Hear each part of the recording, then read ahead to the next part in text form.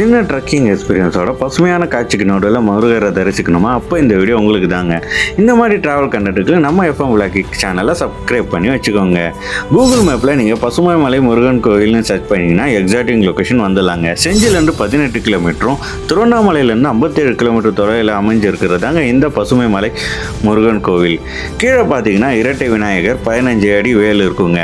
அப்படியே ஒரு 30 படிக்கட்டு ஏறினீங்கன்னா சித்தர் குகை இருக்குங்க. அதை பார்த்துட்டு நீங்கள் மொத்தமாக ஒரு 401 படிக்கட்டு ஏறுற மாதிரி இருக்குங்க.